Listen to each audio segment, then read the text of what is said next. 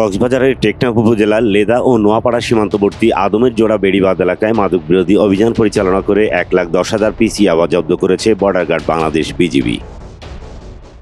গোয়েন্দা সূত্রে জানা গেছে, টেকনাফ ব্যাটালিয়ন 2 বিজিবি এর অধীনস্থ আদমের জোড়া ও নোয়াপাড়া বিএসপি সংলগ্ন বেড়িবাঁধ এলাকা দিয়ে মাদকদ্রব্যের একটি চালান মায়ানমার থেকে বাংলাদেশে প্রবেশের সম্ভাবনা রয়েছে।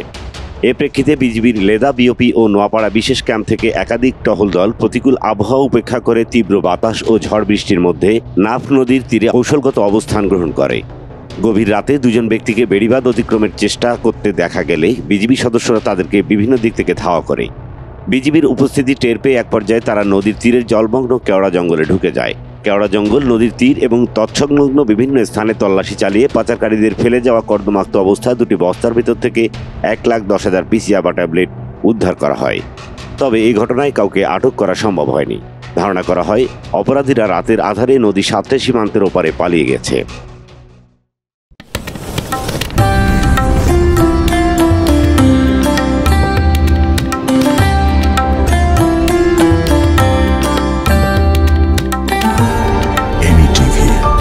স্বাধীন বাংলার স্বাধীন কণ্ঠ।